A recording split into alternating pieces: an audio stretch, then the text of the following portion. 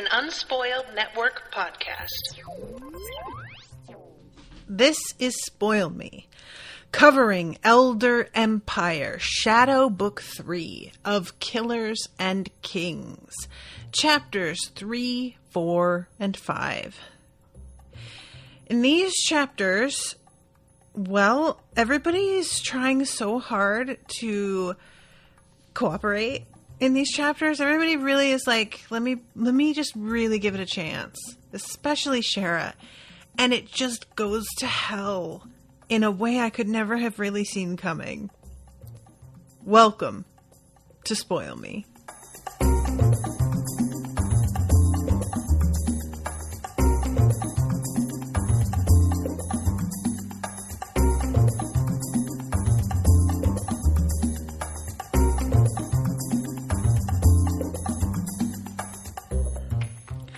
Welcome to the show, everyone. I am Natasha. Thank you very much to Asher for commissioning this episode.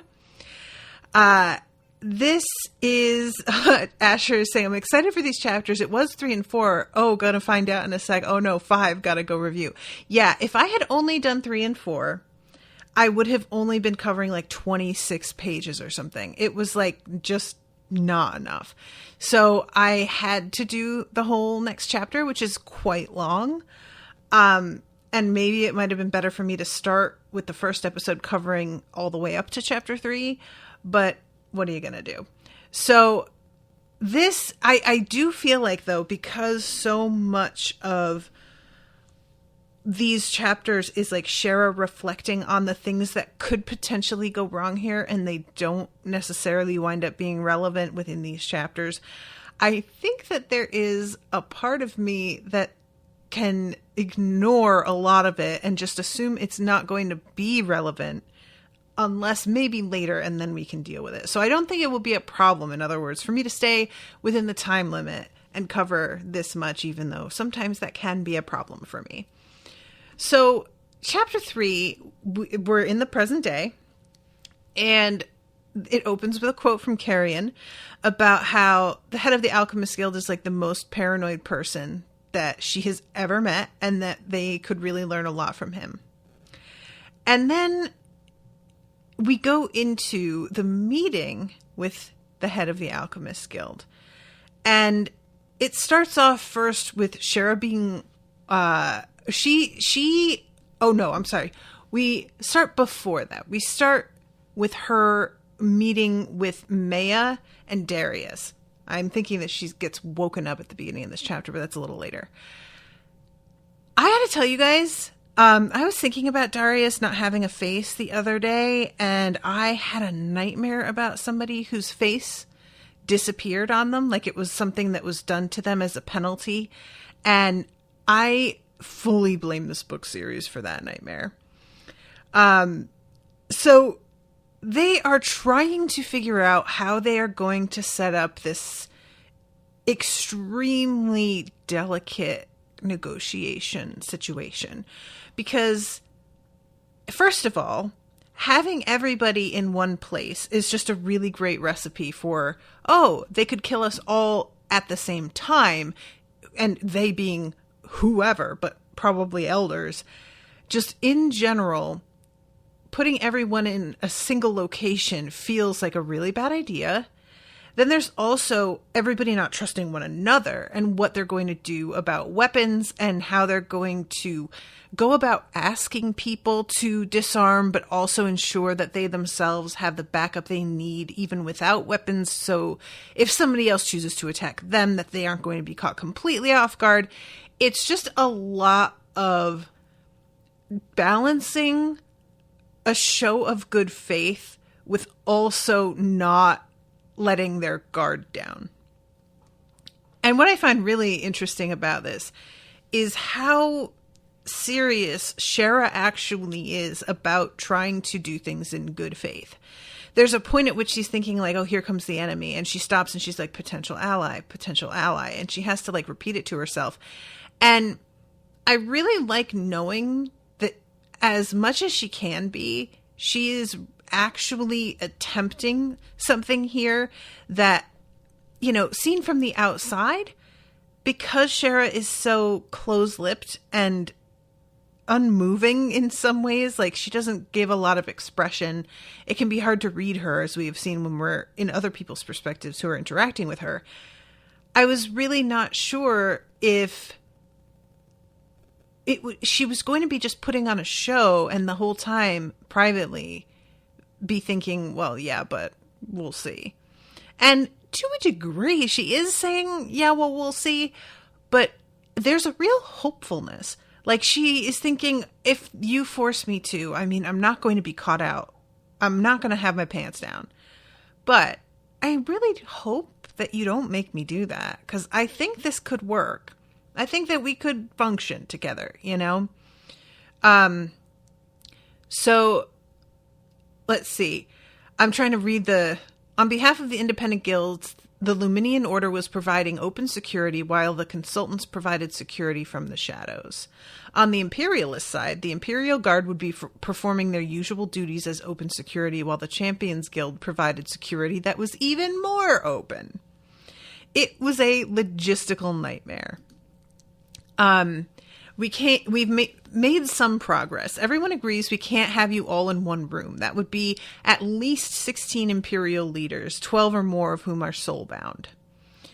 And there's a mention of the Great Elders striking and taking them all at once, and also the fact that if two soulbound, we saw what happened, for example, when Joran went up against Geraldus Teach, and the completely unintentional collateral damage that occurred during one strike of their weapons against each other.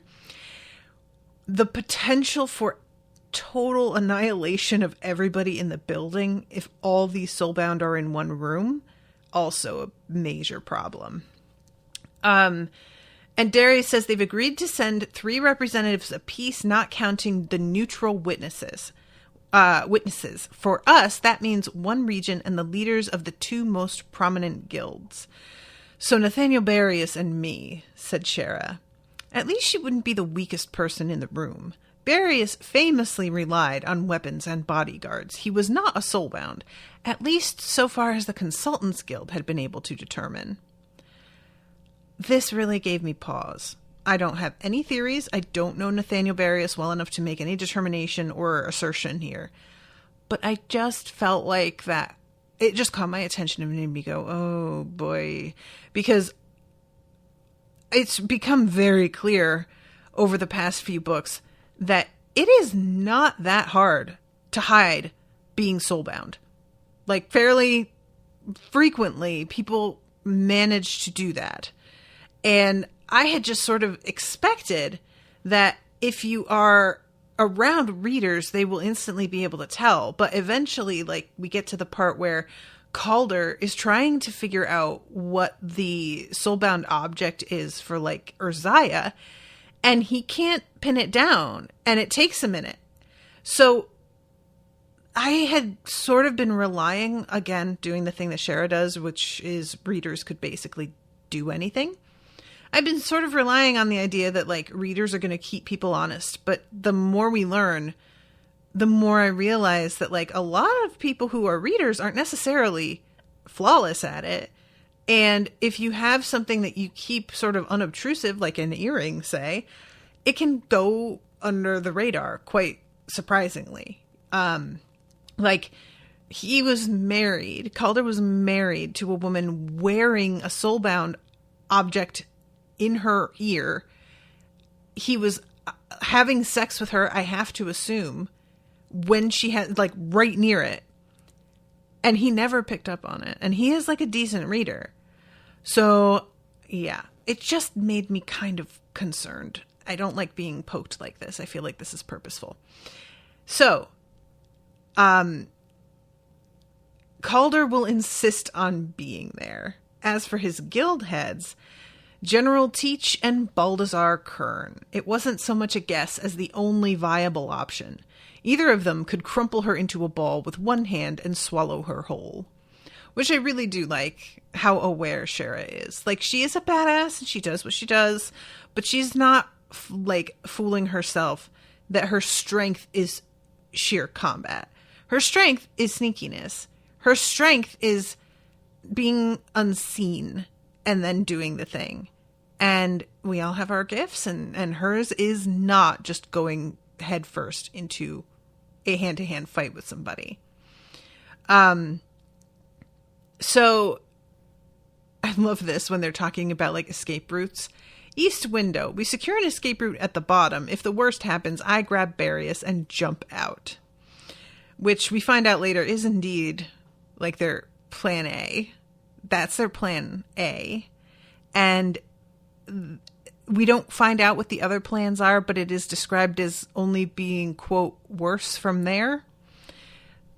I hope that we'll see how, because shit goes very, very left in chapter 5.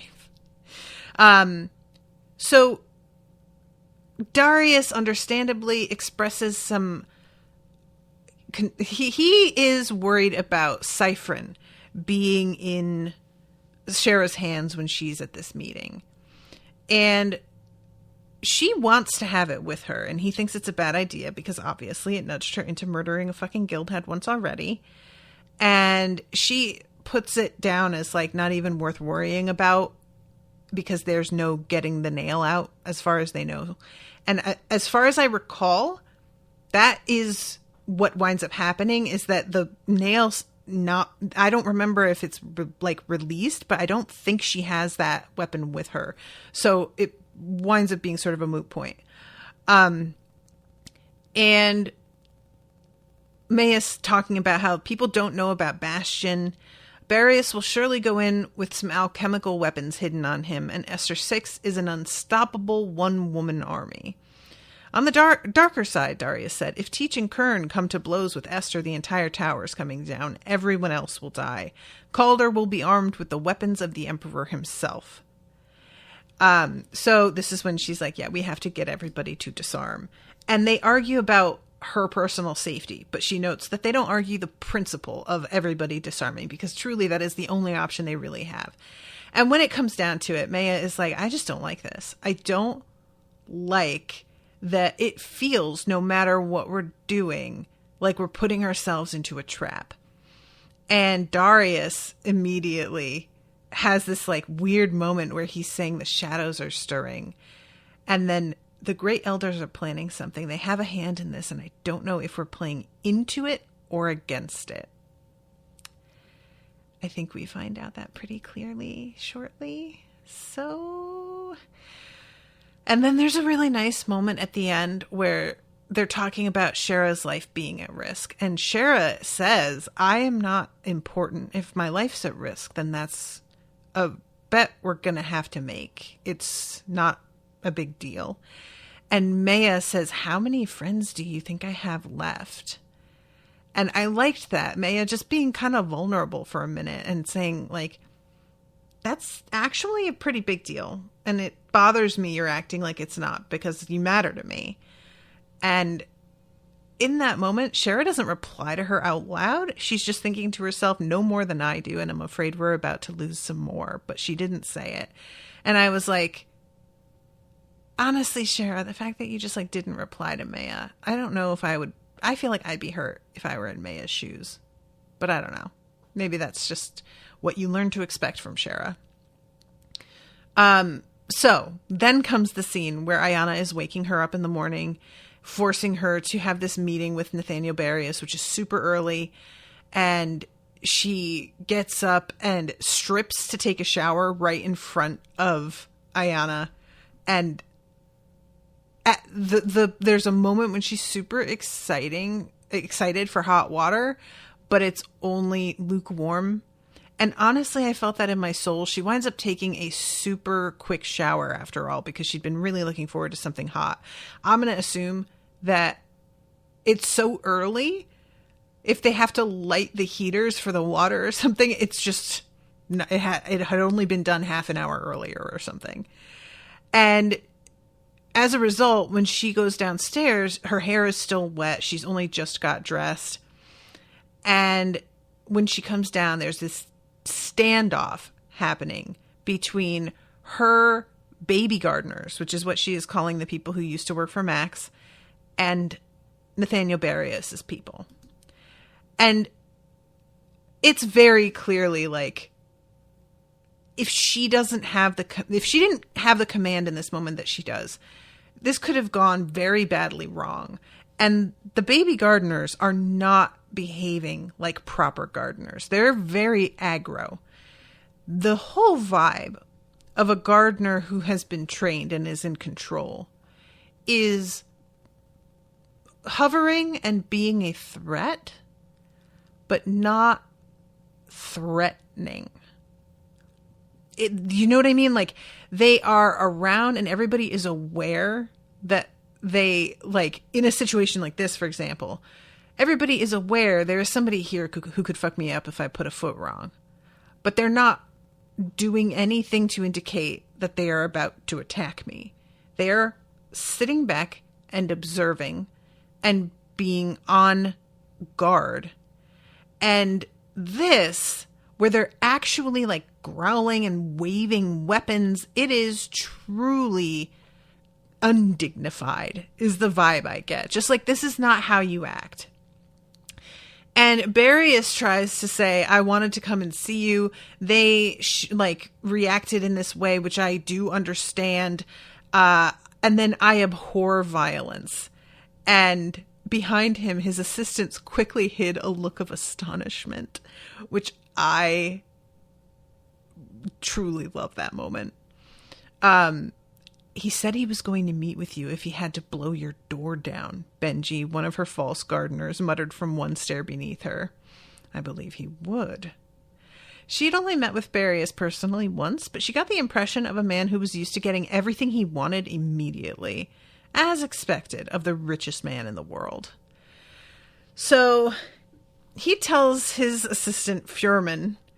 Furman is like, honestly, if Nathaniel Barius turns out to be soulbound, I would be like, he's soulbound to Furman. That's his like fucking vessel. But this little scuttling assistant is obviously some of the brains behind the operation. And Nathaniel tells him to go clear a room. He says it's already done. And as soon as he said that, I was like, I fucking bet it is. And indeed, it does turn out that they are hiding a creature there. And Ayana, she departs to places unknown, which we find out pretty shortly, is to investigate what's going on with this room and what they could have set up. And what Nathaniel is telling Shera here, the ostensible reason for this meeting, is that he has created an elixir that makes you into a champion for several hours, but it takes a little while to actually kick into your system properly. And it leaves you feeling kind of sick the next day, like a hangover. And he wants her to take it immediately right in front of him, despite knowing that there's no way she's going to agree to that because they want to know what the fuck is in it. She's going to want to have it analyzed. So there's a combination of things happening here, and I'll just touch on one thing that I really enjoy, which is when he shows it to her and says, this is our security measure. He knew she didn't know what it was, and he was clearly going to explain, so she asked a different question than the one he was fishing for, which I am so bratty like this, but I will do the same thing. If I feel you are really strongly angling me towards forcing me into asking you a question when you clearly just want to tell me, I will just be so childish and not ask, because I don't understand handling people like that. Like, Nathaniel in this situation obviously wants to have the upper hand and show off and prove how, like, but there are people who just, that's the way they communicate, and I do not understand, because I always am like, I want to tell you a story, so here's the setup, here's the story, and I just tell it. But there are some people who will say something really, like, specific because they want to get you to ask them to tell them the rest. And it's like, well, if you clearly want to tell me the rest, so why don't you just, like, go ahead and tell the story? And so I will dig my heels in, even though it's not reasonable, and I know that I am being a little bitch, because I just hate that style of communication. Just share with me like a person. Just, you know? So Anyway, this whole thing with him is just so tiring. Like, honestly, that's his vibe for me, is he is an exhausting person. And it does not get any better later on. So, this is when she says that, I'm going to take it from you and get it analyzed. So why don't we just cut to the chase? And she says there's no point in pretending. And she says, if it's poisonous, I will kill you. Too late to take it back. If that is what you say it is, I might still drink it. And he laughs and says, I like you, but I don't like being threatened, so I have prepared myself. And he has his assistant whistle, and the ceiling crumples, and then there's this monster that's already dead. And Ayana is on top of it with her shears buried in it, going, is this yours? And Nathaniel says, consider your point made. And I couldn't help but wonder if that was actually an attempt or if that was for show. I can't decide. Like, that feels so obvious, and it's such a wild thing to me. I don't like being threatened, so I've planted this massive chimera monster, which feels crazy. And I can't tell, is that just how bonkers he is? Or is this part of him pretending to be a type that he isn't? I don't think he's that. I don't know. Let's see. Asher says, Nathaniel is adaptable in his outward manner in a way that makes me incredibly suspicious. Ayana fucking with the creature he'd planted would have made anyone else shake a bit in his boots. He just rolls with it. See, yeah, that's what I was thinking, Asher. Same thing. It's just the kind of like, he just goes, oh, you made your point. And he doesn't seem at all threatened. Like, I don't know. It was just a weird reaction, but what are you going to do? So then we go to chapter 4. And this is a weird one. So we go to 5 years ago. The emperor has been killed. It's been 6 months. The capital is like a complete fucking disaster. It's just anarchy out there. It's like the purge. Everybody is like getting into bands for protection from other bands of people.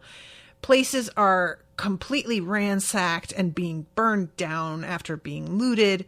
It is like all these businesses are boarded up. It's just a fucking nightmare. It's like The Walking Dead. And Shera is looking out over this.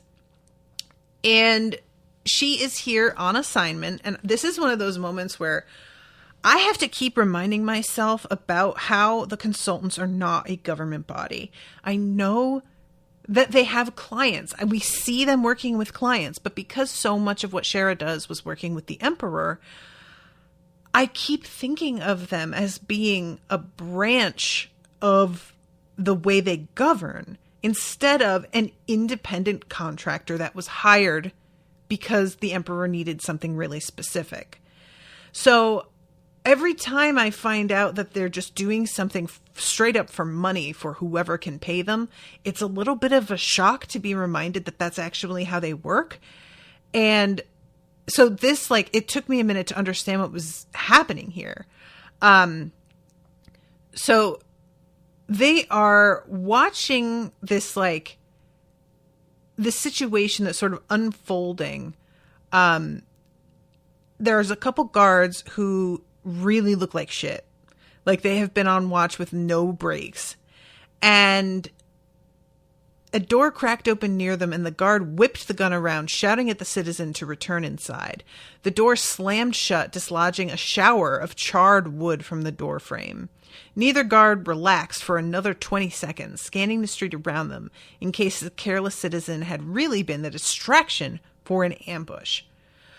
Which, honestly, the fact that they are aware that this could just be a distraction, that's obviously part of that's just training, but it really gives the impression that they have been gotten or almost got a couple times recently and they've learned their lesson.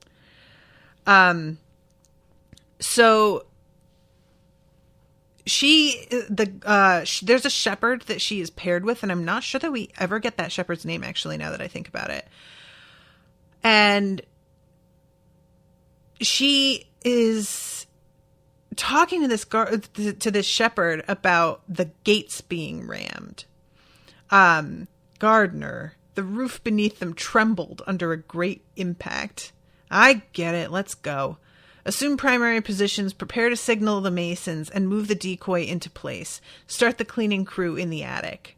The cleaners are on standby until the area is secure. Get them started. They'll be fine. The shepherds assigned to cleaning duty usually had no experience in combat and certainly wouldn't be equipped for it. Standard procedures suggested they should be kept in reserve until the fighting was over, but there would be no fighting.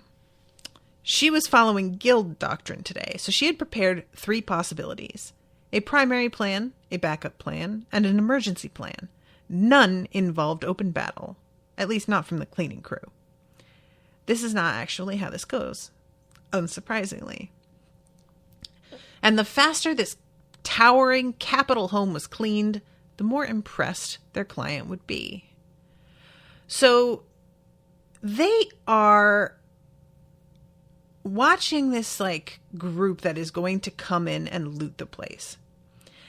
And it says there were 86 malcontent men and women down there.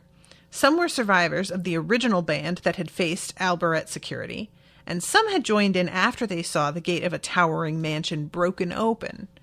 The siege of Kingston Household had lasted 2 days and was well into its second night, but was about to break.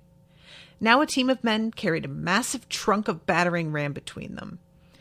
And according to shepherds and masons, the ram had been looted from a military museum and was therefore heavily invested with intent to break down barriers.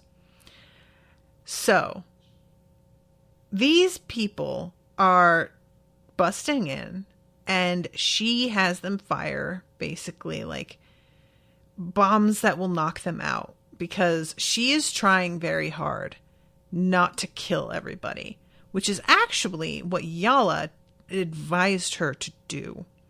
Yala wants them to make an example of these people to impress the client. So she's just show them how incredibly stone cold we are. And Shera doesn't want to do that and feels why? These people aren't responsible for the situation that they're in. They're at the whim of the decisions of other people. They aren't useless, and they're not bad or irredeemable. They're in a bad situation. So, no, I'm not going to just kill them all.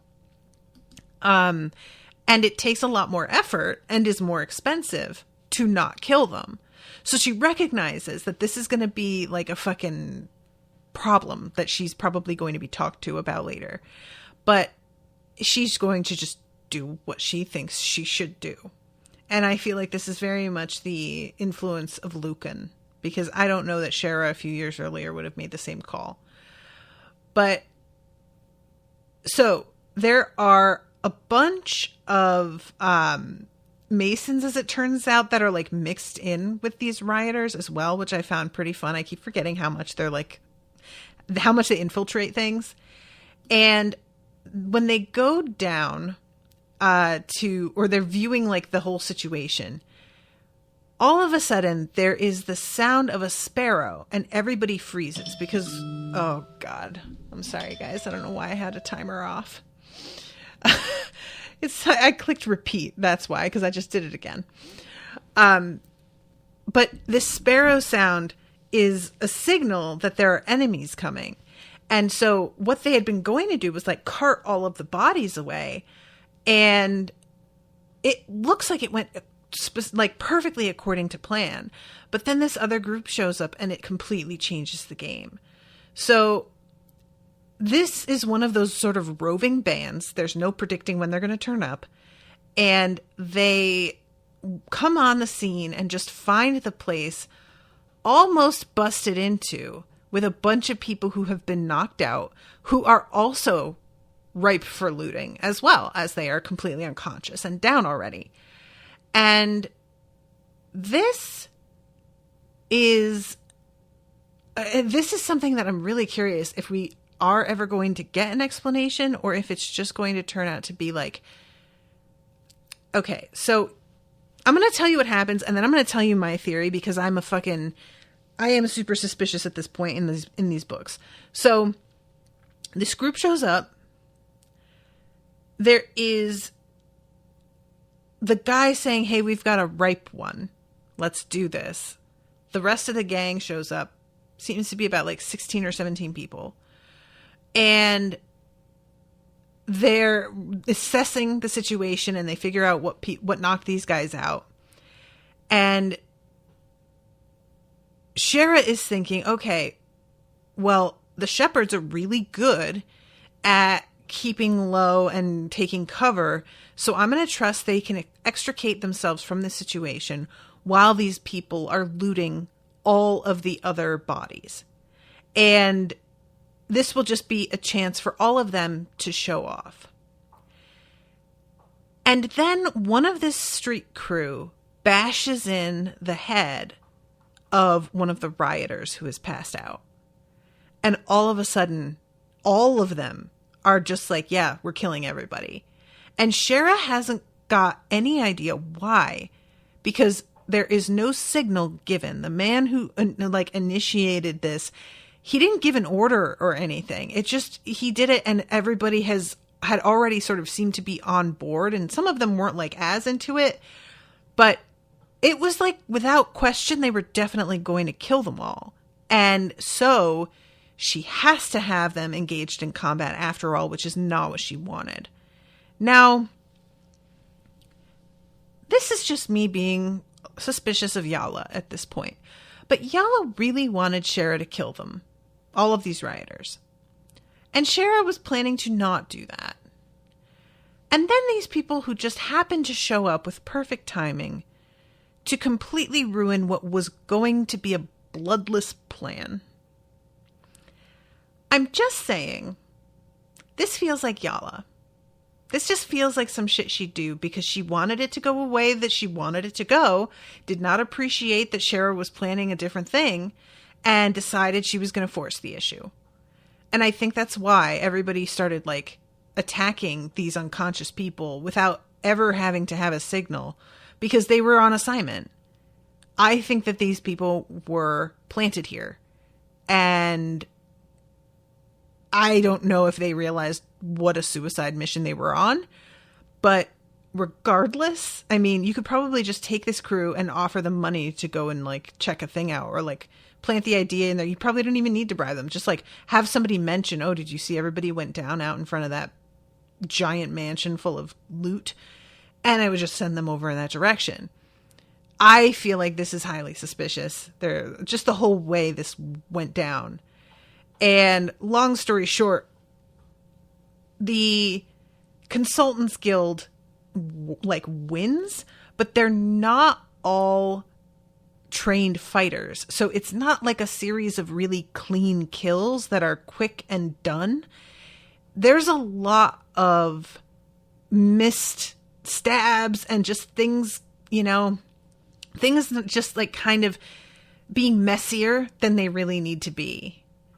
And there's a guy who almost gets Shera, and this dude gets his hands cut off by Lucan's dagger. Let's see, one hand, because the guy is about to pull the trigger on her. And he asks her if she's hurt, and she's like, I'm only hurt enough to get us off duty for a while. And he's like, oh, actually, that's pretty good. Perfect chance to get a look at their archives. Lucan had a question stuck between his teeth, and he hadn't stopped fiddling with it for half a year. If that isn't the best way to say that I've ever heard. Oh my God. It just immediately made me think of like being in the movie theater and I just had popcorn and there's a piece of popcorn stuck in my teeth, and how like the entire movie you will be half focused on the movie and half focused on trying to get this fucking piece of popcorn out of your teeth. That is just such a good way to say that to me. Why had the High Council wanted Shera to kill the Emperor ahead of schedule? Because Yala has something going on with the elders. I have to assume at this point.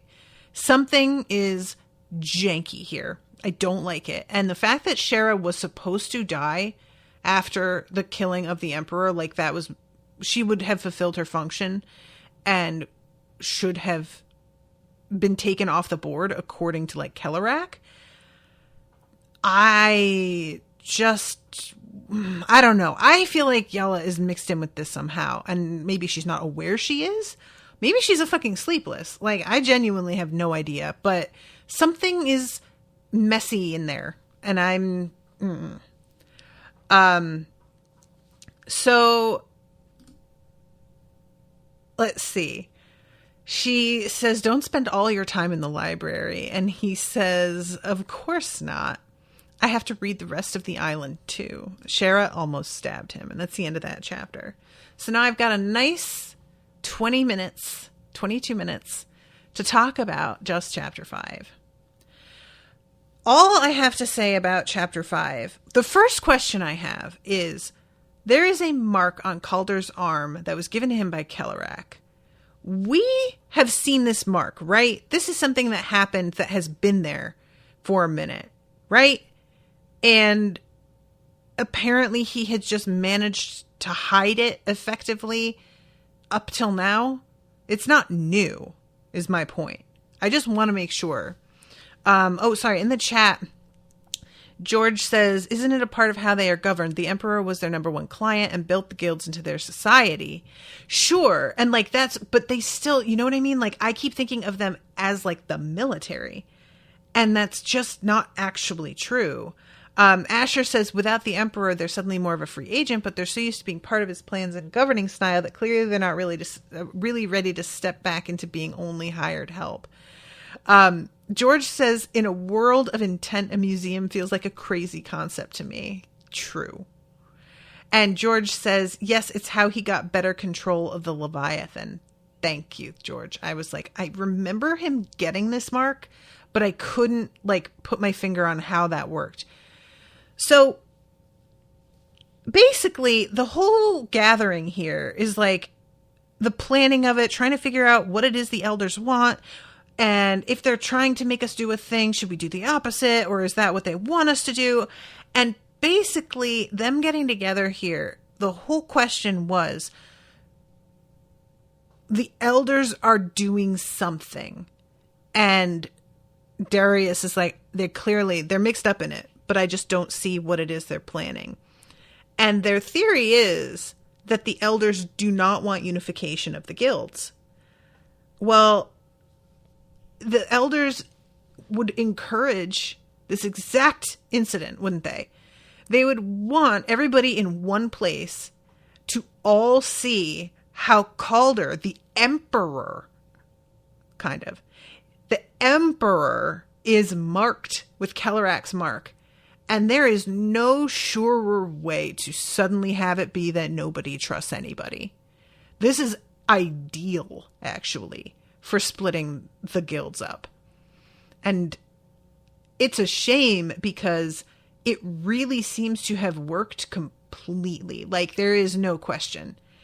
And especially being in Shera's head and seeing how much she is willing to give Calder the benefit of the doubt, Shera is astonishingly reasonable. It's almost like, is there something going on? Because I kept wondering if she was being influenced, because she is so much more receptive to Calder and willing to give him respect than I was thinking she would be. That a part of me almost felt like a little suspicious of that. But she seems to truly understand that he isn't the one who killed Lucan. And there's an overall like attitude that he has that she keeps thinking of him as this incredibly egotistical sort of child, which granted, I do too. It's not just you, Shera. And I constantly say that in the show about how like he'll surprise me by being fucking reasonable. But she is starting to see that actually he is trying, and that there is a sense to all of this of him realizing the gravity of the situation and what they're actually up against. And she has a moment where she's remembering him fighting the handmaiden and is like, yeah, this man has like seen things the way that I have seen things. So I really think, actually, that he gets it. And what he is doing is in good faith. And it's just such a bummer, because I was getting really excited that she seemed so open to a conversation with him. And then this happens and blows it all to hell. And I have no idea what is going to happen in this fight, because the prediction has been basically that the entire building is going to go down. And I have to assume Shera's got fucking... She has taken the potion that Nathaniel gave her. I almost called him Nefarious. A combo of Nathaniel Barius, I guess. But I think Nefarious is actually kind of a dope name. So if anybody wants to write that down. But he gave it to her, and he has also taken it, is my understanding. And she has a kind of vibe that he probably took it sooner than her. So he is more acclimated by the time this meeting begins than she will be, and will possibly be more powerful than she is. That's questionable, because the thing is that Shera also just has like amazing combat experience to begin with, and I don't know if he has any training like that. So she'll certainly be bringing that to the table. So whether he's actually physically stronger or not may not be the actual important thing here. But if everybody makes it out mostly alive, I like to think that Shera is going to think back and realize that this could have very well have been a situation that the elders decided to put in place. And maybe they should do the opposite.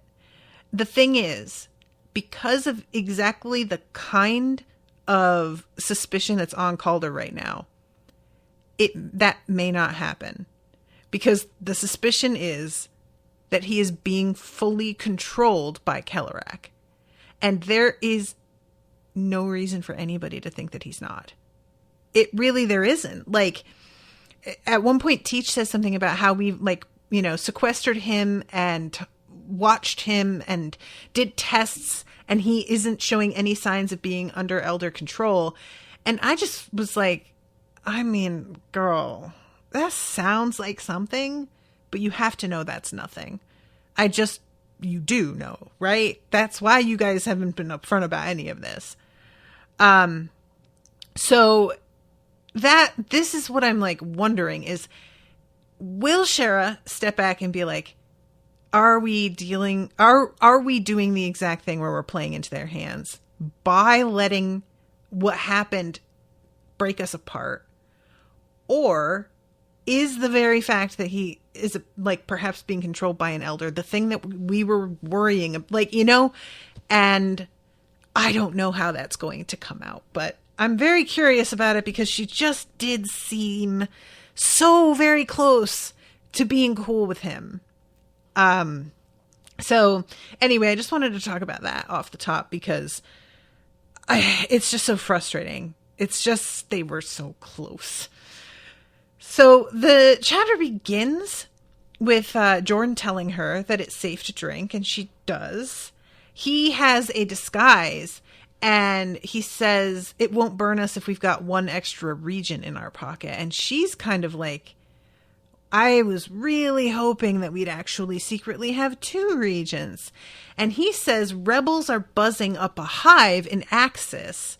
I'll tell you one thing Loralee can't resist, and that's a cry of distress. Yeah, that sounds suspicious also.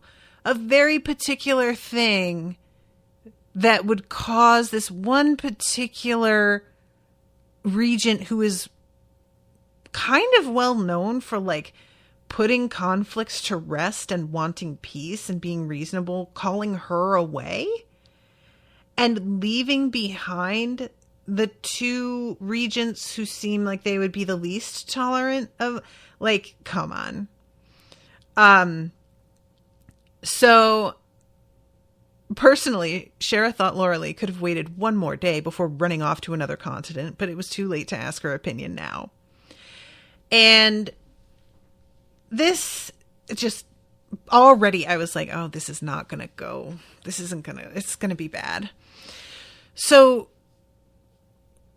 hundreds of wary eyes watched them from windows on the capital streets, but only a handful had gathered to watch them. They hadn't publicized their route beforehand. Inside the palace itself, though, thousands had gathered. And the people in the palace are, as she puts it, not angry exactly, but they did not look happy. And she's talking about the difference between the people who are just out in the capital and the people who work in the palace. And that a lot of the people born in one community or another just never mix with anybody on the other side of this wall. And that really sounded true to me. That felt like the kind of thing that would happen. You just get used to your little pocket of reality and you don't mix around with the rabble, perhaps, if you're somebody inside the palace, or the snots if you're the rabble. And she is feeling a little bit anxious about the overall vibe of the people.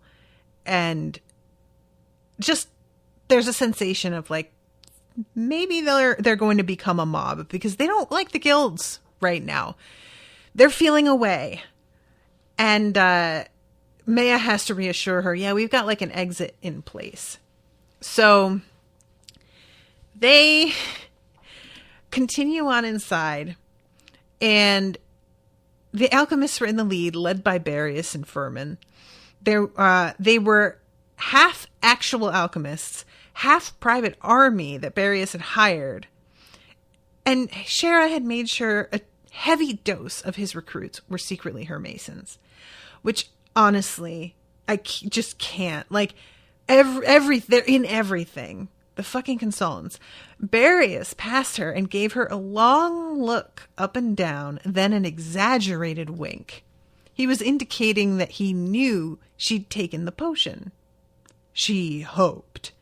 Peace talks might stall if it was discovered that Barius had unexpectedly committed suicide. I really like the idea that it had nothing to do with the potion, and he was just like, ooh, girl, look at you. That gray, that hood, I'm about it. But probably not.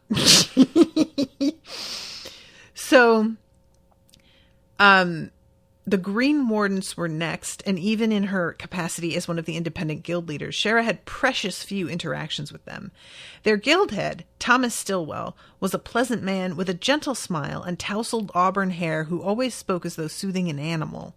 A green vine with wide green leaves grew all over his body, looping around him and providing some shade for his wheelchair. All Green Wardens wore those living vines as a badge of honor, though Shera didn't know if they were the product of awakened objects or some kind of alchemical technique. And that I am fascinated by. I appreciate it being acknowledged that we really don't know anything about the Green Wardens, because it is something that got brought up earlier this book, and I'm kind of like, yeah, what's up with them? So very curious about that. So Esther 6 has a moment where she says, we'll get there a few minutes before the Imperialists. They're trying to make us wait, but it gives us the advantage. We can make them walk through us.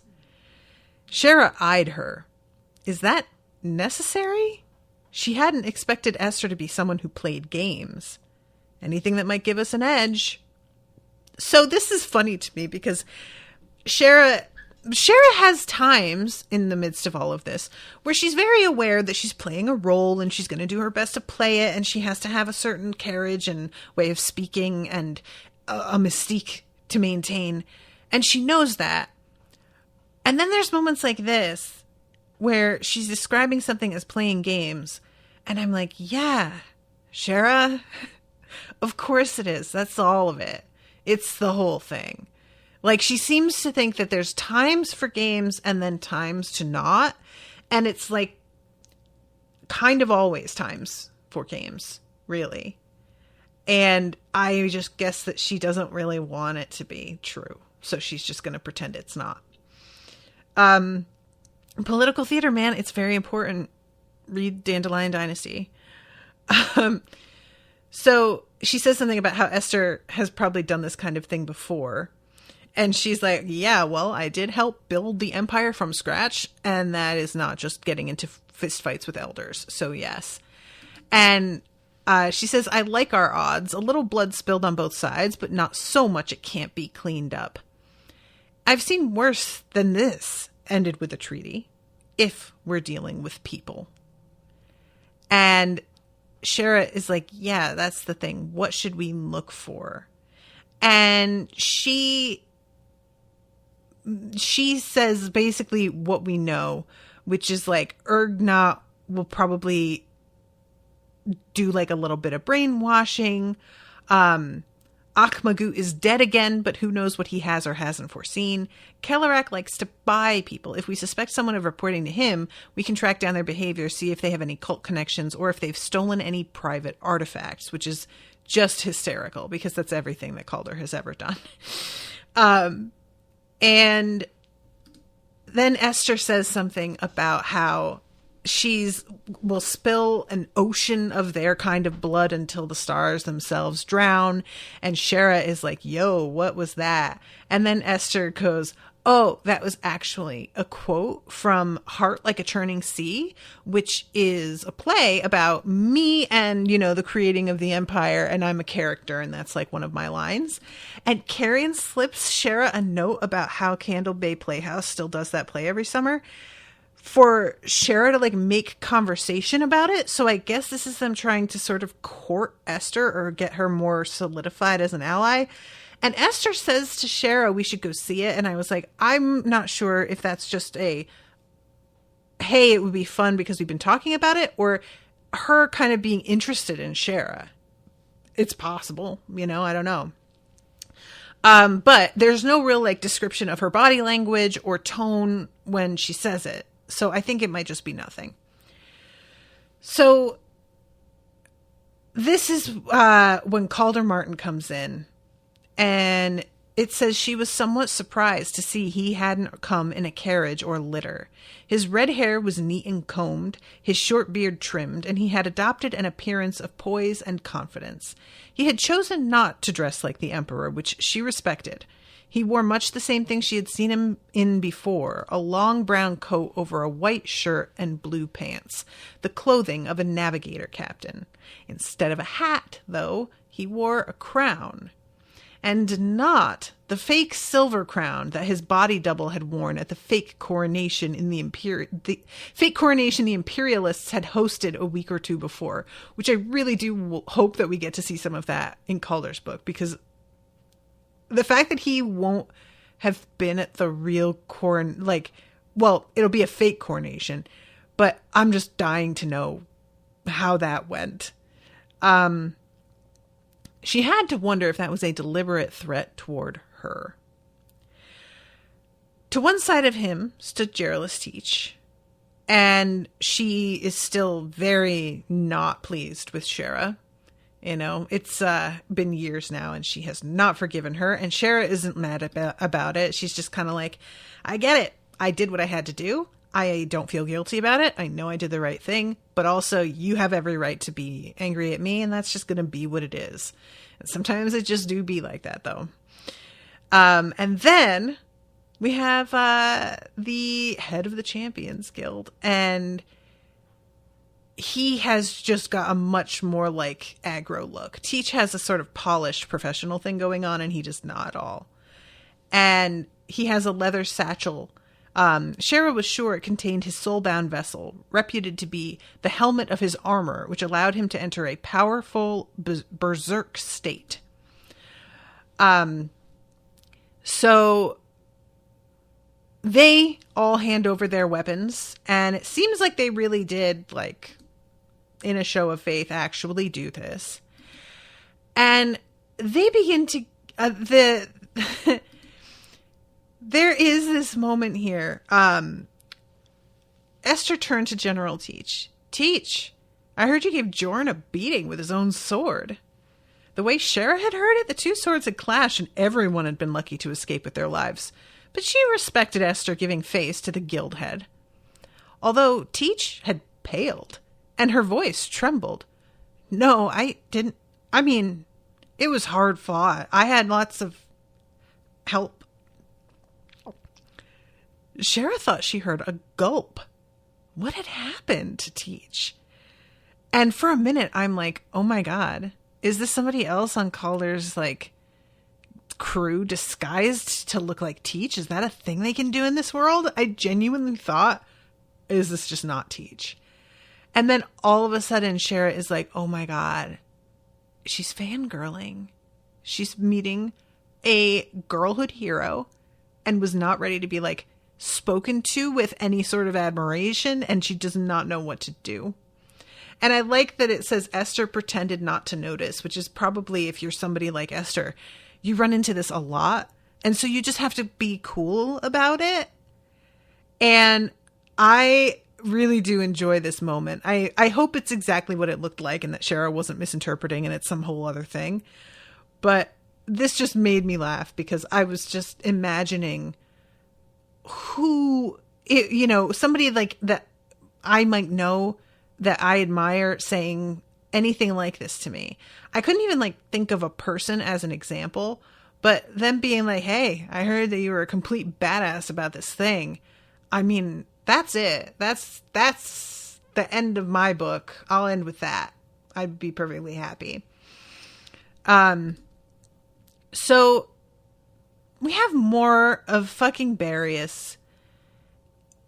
It turns out nobody has told Shera about the way that Barrius's like entire guild broke faith. 8 out of 10 of the alchemists supporting my guild canceled their contracts, and I know why. And it's very much implied it was under his command. And he says that was bad business, I admit, but everything's on the table now, isn't it? Shera wasn't sure what that meant. And I was like, yeah, because it doesn't really mean anything. Basically, it's just like water under the bridge where we all have a common enemy. Can't we just put that aside? But it's not saying that. And that feels exactly right because he doesn't talk straight, you know? So finally, Calder is like, look, guys, everybody has fucked everybody else over. We all have done it. We got to put that aside right now. And she's kind of like, all right, yeah, that's definitely how I feel. I'm all right. I'm feeling this. And she is watching him, and it says this was her chance to figure out whether she could work with him, the man whose wife had killed Lucan. Though Esther was supposed to lead Shera and Barrius in, Shera took the lead, falling in step with Calder. He looked at her with surprise. When this is over, we need to talk. And they have a little back and forth, a joke about whether it's easier if you see the knife, and Shera is like, she hadn't found that to be true. It was a lot, people seemed happier when they didn't see death coming, and I was like, 100%, yes. If my death is going to be, like, sudden, I feel like I would massively prefer that than hearing, oh, like, you have 8 months to live, and just watching the fucking countdown. And by the end of this interaction, she seems to have a lot more faith in him. And honestly, there is a bunch of negotiating here that I'm going to low-key skip because it isn't going to be sustained, I have to assume. So it doesn't really matter. But there is just... it's a lot of sort of back and forth getting down to the fact that the regents want to go back to sleep. And they're sort of banking on getting this empire to a place of some stability and then bailing.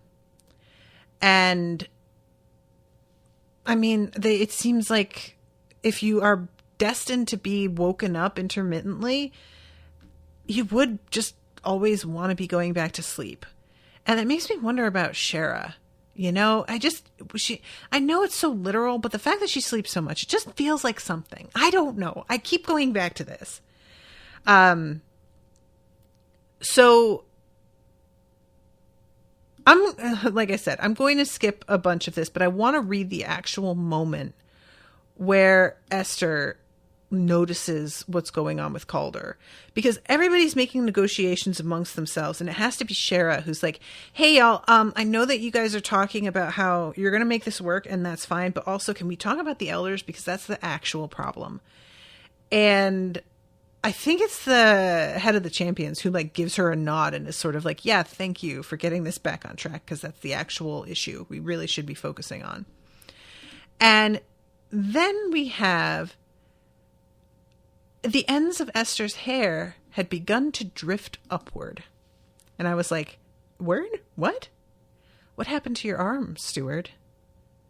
Ah, yeah, this. I have nothing to hide from you, Regent, and I would love to get your guidance on this mark after the meeting is over. Roll up your sleeve. As you suspect, I did receive this from an elder, but he has no influence over me, I assure... He lost his breath as Esther's hair and coat began to blow in the beginnings of a storm. Even separated from their vessel, Soulbound didn't lose all their power, and Esther's rage was stirring up the tiny remaining fraction of her gifts. She looked like she was about to leap on Calder and tear him apart. Shera felt sick. If he's a tool of the great elders, then peace might never have been possible in the first place. And she knows the mark, that it's Kellerak's mark. He placed it on his favorite slaves. His soul belongs to Calderak, and he will not leave this room alive. And this is when Kern is like, Teach said that there's not a problem, and she does the whole thing. And Esther says, I will read the truth from him myself. And I was like, oh, okay. If she just reads him, then she'll see. And I don't know why I thought that, because like Calder isn't even sure of himself. So who knows what she would fucking find? And also, I'm just trusting her that she's just going to read him. And it says she reached out, and whatever she was about to learn, Shera suspected Calder wouldn't survive it. And I was like, oh, yeah, that actually does make more sense when I stop to think about it. So Kern grabs her arm and tries to stop her. And she just pushes him back, and his armor starts to crack, and he falls to his knees. And Teach tries to tackle Esther and bounces off her, completely ineffectual. And then Shera says Calder had been an elder puppet from the beginning, and if Esther hadn't noticed, they would have fallen right into Kellerak's hands. And I'm like, but would you? But would you? And then Esther punched Baldassar Kern through the stone floor. And that's how the chapter ends, kids. And I am just... I really do feel, too, about... earlier when Shera was thinking who Calder brought, and if anybody was going to be able to protect him from a region, it would be those two. And apparently fucking not. Apparently Esther is just on a level that I don't know that anybody quite realized, you know? Or maybe it's the kind of thing you've heard and you sort of intellectually believe, but it's very different to see it in front of you. Because the fact that she can push down, her strength is outweighing the strength of a champion, is insane. I'm deeply upset. This whole thing ends so badly. Everybody was trying so hard to be good, except for Nathaniel. Fuck him. But, you know, everybody else, I really think they were trying their best. And, Calder, why didn't you just wear something that... I have to imagine her noticing the scar, because the room is really warm. And he keeps shifting and rolling his sleeves and stuff in response to the heat of the room. And Shera is thinking to herself about how maybe they picked this room on purpose as like a psychological thing. And I'm just like, is this part of the elder thing where they made it so that he would roll his sleeve up? They created an atmosphere that would force him to show the skin, and then somebody would see it. I'm too suspicious. I don't know. Maybe I'm not too suspicious. The elders are fucking tricksy, man. I don't know. Anyway, I'm over time as usual. But I still feel I did a pretty good job covering a very long section, so I'm all right. All right. Well, thank you guys all so much for listening. Thank you to Asher for commissioning this episode. Appreciate you, Asher. Thank you to Will White, who retweeted that I was covering this book earlier this week. What? And I will be seeing you all again soon with a new episode. Until then, toodaloo, motherfuckers.